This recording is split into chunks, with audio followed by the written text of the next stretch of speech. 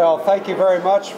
What a great lunch we've had. We had lots to think about from such a wonderful panel this morning.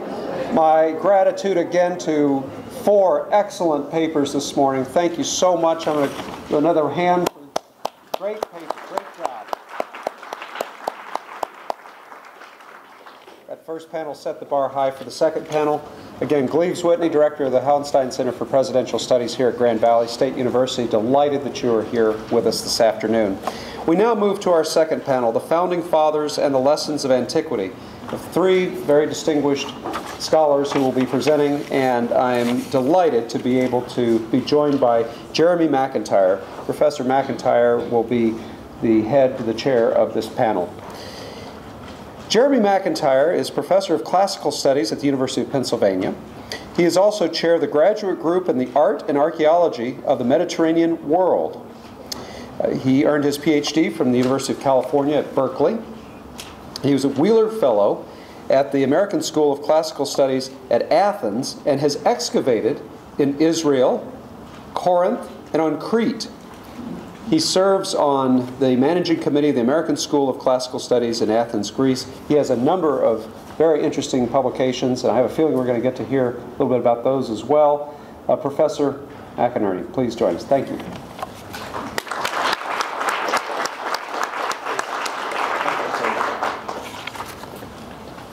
Thank you, Gleaves. Thank you, ladies and gentlemen. And may I begin by expressing my deep thanks to Mr. Hauenstein for fostering this wonderful event.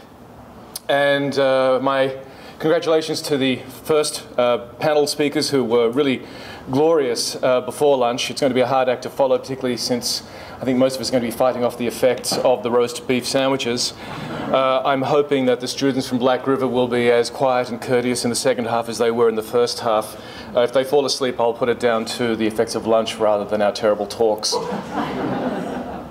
Earlier this week, we received the joyful news that Captain Richard Phillips had been released from captivity after a daring and successful intervention by US forces.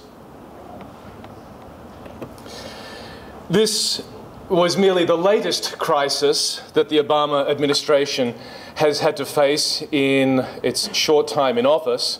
I could have begun, though, of course, with a North Korean rocket, or excuse me, a satellite, or the collapse of the economy, because the pace at which crises blow up and flame out in our media-saturated world makes it very difficult to concentrate on such weighty matters as the lessons from antiquity and the current administration. The President is going to face 4 years of continuous crisis. So will there be time for sober reflection and consideration of the lessons of the past? When first approached to participate today, I was primarily focused on the first great theoretician of war, society, and human nature, Thucydides, who you've already heard described in various papers this morning and last night. The Athenian general whose work begins a venerable Western tradition that includes Machiavelli and Hobbes. But I must admit that when first thinking about the lessons of the past and the Obama administration, I was thinking about large-scale, full-scale wars, such as Iraq and to a lesser extent Afghanistan. In the context of full-scale wars, Thucydides supplies some insights that deserve attention. For example, in describing the civil war that afflicted Corcyra, modern-day Corfu, in 427, he describes an outbreak of violence that, in his description, looks remarkably like the Hutu-Tutsi violence in Rwanda. Thucydides, in describing this dreadful civil war, was moved to write as follows: "In peace and prosperity, cities and individuals alike are better minded because they're not plunged into the necessity of doing anything against their will.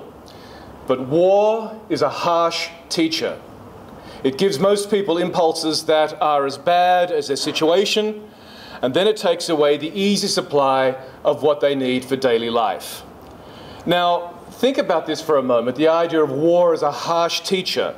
If you believe that, as I do, then it follows that demonizing an enemy, any enemy, represents a failure of imagination.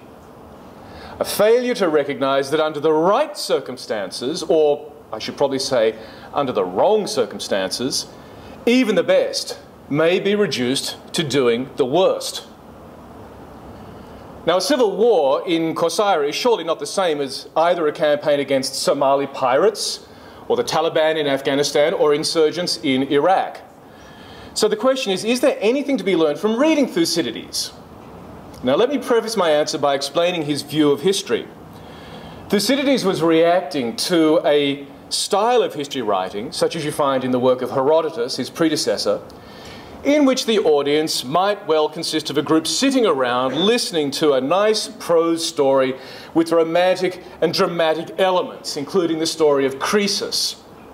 And Croesus, on his funeral pyre at the end of his reign, is shaking his fist at Apollo and saying, "Why did you deceive me into attacking the Persians?" An episode that Professor Garland alluded to earlier today. "It was your destiny," replies the god of prophecy, "to expiate the sins of your ancestors 5 generations earlier when they acquired the throne of Lydia through the immoral deceptions of a woman." So the sort of history that was going on in Thucydides' day was basically one that was like Lifetime TV, the Sunday night movie, a wonderful story in which you were asked to believe that the fate of an empire depended upon something that had happened to your great-great-great-great-grandmother. And because she was a naughty lady, you end up on a funeral pyre punished by the god. No, says Thucydides, reacting to this Mills and Boon romantic version of history. That's not what history is about. My history may not be the most delightful to hear, since there is no mythology in it, he says scornfully. But those who want to look into the truth of what was done in the past, which given the human condition will recur in the future, either in the same fashion or nearly so, those readers will find this history valuable enough, as I have composed this not as a display speech to win a prize today, but as a possession for all time. Katema Ezaieh, the most arrogant piece of Greek ever written. And yet, ironically, correct, because we're still reading it today. So it is still a possession for all time.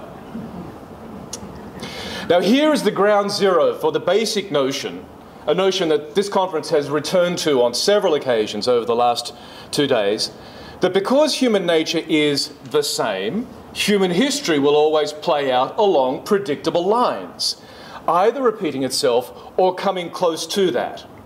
Now this is a favourite view among those who, for example, will always return to Nazism as the test case of how or how not to behave. We appeased Hitler and saw the sorry outcome of that policy. Therefore, do not appease Osama bin Laden, do not appease Kim Il-jong, the dear leader, Saddam Hussein, Pol Pot, or whoever else happens to be on our hit list. But I want to stop us short and ask a basic question. Are there lessons in history? And I'm not referring here to the subtle readings of history that, for example, Robert Garland gave us before lunch. But rather, are there lessons of history based on the idea that history always repeats itself, since it's based on human actions and we're always the same? Large, broad rules of history, as they're sometimes called.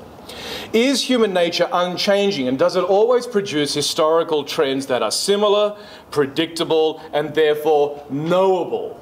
An alternative view might postulate that Hitler's dreadful rise was contingent on Germany's humiliating defeat in World War I, in the Allies' decision to saddle the country with crippling debts, while stripping it of the very territories that would have generated the capital to pay those indemnities. And one might add that the virulent anti-Semitism activated by the Nazis, while recurring at various times in Europe's history, can hardly be seen as an unvarying constant. Here Thucydides and his apologists might reply, well, you're missing the point. It isn't a question of the specifics in Germany in 1933, or in 1941, or Cambodia in 1975, or Rwanda in 1994. It is A, the fact that atrocities occurred in each of these places, and B, that the absolute underlying cause of these was in each case the same. Well, if so, what is the truest cause of these dreadful events?